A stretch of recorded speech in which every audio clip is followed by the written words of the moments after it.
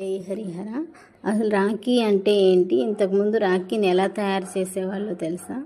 రాఖీని సాక్షాత్ లక్ష్మీదేవియే శక్తి స్వరూపిణి అనమాట.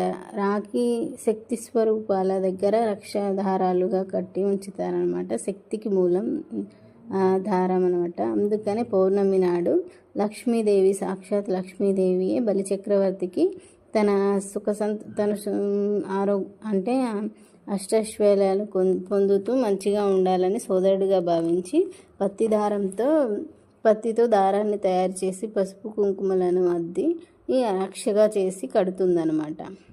అందుకని ఇప్పుడు మనకి కొత్తగా వచ్చాయి కానీ డిజైన్స్ అని మోడల్స్ అని. అప్పుడు పత్తితో తయారు చేసి దానికి పసుపు కుంకుమలు అద్ది భగవంతుడు దగ్గర పెట్టి ఈ రక్షగా కట్టేవాళ్ళంటండి. ఇప్పుడు ఎన్ని మోడల్స్ వచ్చినా అది కట్టి ఫస్ట్ తర్వాత మన పాత రాఖీలను కొత్త రాఖీలు